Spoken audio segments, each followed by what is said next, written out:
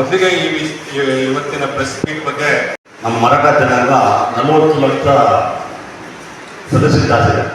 ಕುಟುಂಬ ನಮ್ಮ ಮರಾಠ 40 ಲಕ್ಷ ಜಾಸ್ತಿ ಇದೆ. ಇದರಲ್ಲಿ ನಮ್ಮ ಇದರಲ್ಲಿ ನಮ್ಮ ಸಂತೋಷ್ ಅವರು ತುಂಬ ಆಕ್ಟಿವ್ ಕೆಲಸ ಮಾಡಿದ್ದಾರೆ. ಸಂಪುಟದಲ್ಲಿದ್ದರು.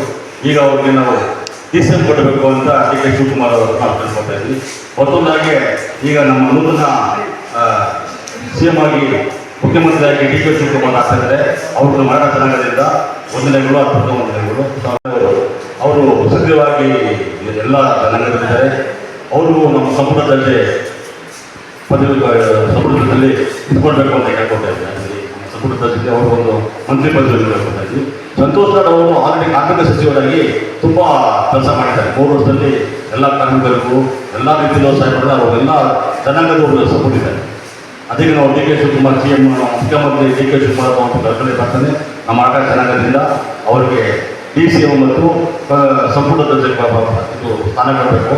ಹಾಗೆ ಆಂಗಲ್ಲು MLA ನಮ್ಮ ಶ್ರೀನಿವಾಸ ಪಾಂಡೆ ಅವರಿಗೂ ನಮ್ಮ ಮರಾಠ ಜನಾಂಗದಿಂದ ಅವರು ಒಂದು ಸಂಪುಟ ದರ್ಜೆ ಮಂತ್ರಿ ಪದವಿ ಕೊಡಬೇಕಂತ ನಮ್ಮ DK ಶಿವಕುಮಾರ್ ಅಂತ ನಮ್ಮ ಮುಖ್ಯಮಂತ್ರಿಗಳ ಹತ್ರ ನಾವು ಮರಾಠ ಜನಾಂಗ ಶ್ರೀ DK ಶಿವಕುಮಾರ್ ಅವರಿಗೆ ನಮ್ಮ ಸಕಲ ಮರಾಠ ಸಮಾಜದ ಮಹಿಳಾ ಒಕ್ಕೂಟದಿಂದ ನಾವು ಅವರಿಗೆ ಹೃತ್ಪೂರ್ವಕವಾದ ಅಭಿನಂದನೆಗಳು, ಶುಭಾಶಯಗಳನ್ನು. ಲಕ್ಷಕ್ಕಿಂತ ಹೆಚ್ಚು ಇರುವ ಈ ಜನಾಂಗ ನಮ್ಮಲ್ಲಿ ಸ್ವಲ್ಪ ಕಡಿಮೆ ಜನ ಇರೋದ್ರಿಂದ ಅವರಲ್ಲಿ ಶಾಸಕರಾಗಿ ನಮ್ಮ ಈ ಕಾಂಗ್ರೆಸ್ ಕುಮಾರ್ ಅವರಿಗೆ ನಮ್ಮ ಸಂತೋಷ್ ಲಾಡ್ಗೆ DCM ಮಾಡಬೇಕು ಅಂತ ವಿನಂತಿಸಿಕೊಳ್ತಾ ಇದ್ದೀವಿ.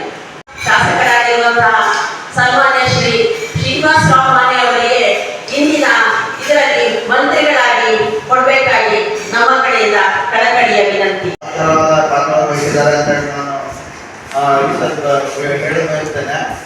ಹಾಗಾಗಿ ಸನ್ಮಾನ್ಯ DK ಶಿವಕುಮಾರ್ ಅವರು ಇದನ್ನು ಗಮನದಲ್ಲಿ ಇಟ್ಟುಕೊಂಡು ಅವರಿಗೆ DCM ಸ್ಥಾನವನ್ನು